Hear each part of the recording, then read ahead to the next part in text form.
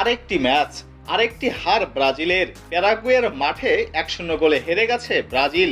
বিশ্বকাপ বাছাই পর্বে যা সর্বশেষ 5 ম্যাচে তাদের চতুর্থ হার। এমন ব্রাজিলকেই দেখার কথা কেউ কখনো কল্পনাই করতে পারেনি। সেটা সম্ভবত বাস্তবেই রূপ নিয়েছে। তবে এমন ব্রাজিলকে দেখতে হচ্ছে কেন? চোটের কারণে দীর্ঘ সময় নেইমারের না থাকা একটা বড় কারণ। ব্রাজিল অনেকদিন ধরেই মন মতো একটা স্ট্রাইকার, দুজন ফুলব্যাক আর মিডফিল্ডার পাচ্ছে না। আর বিশ্বকাপ শেষে চিকিকে বিদায় দেওয়ার পর ব্রাজিল একের পর এক কোচ বদলে চলছে, ফলে পালাবদলের শেষই হচ্ছে না।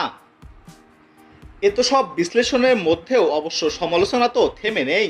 সেই আলোচনা সমালোচনার কেন্দ্রেই সবচেয়ে বড় নাম সম্ভবত ভিনিসিয়াস জুনিয়রই।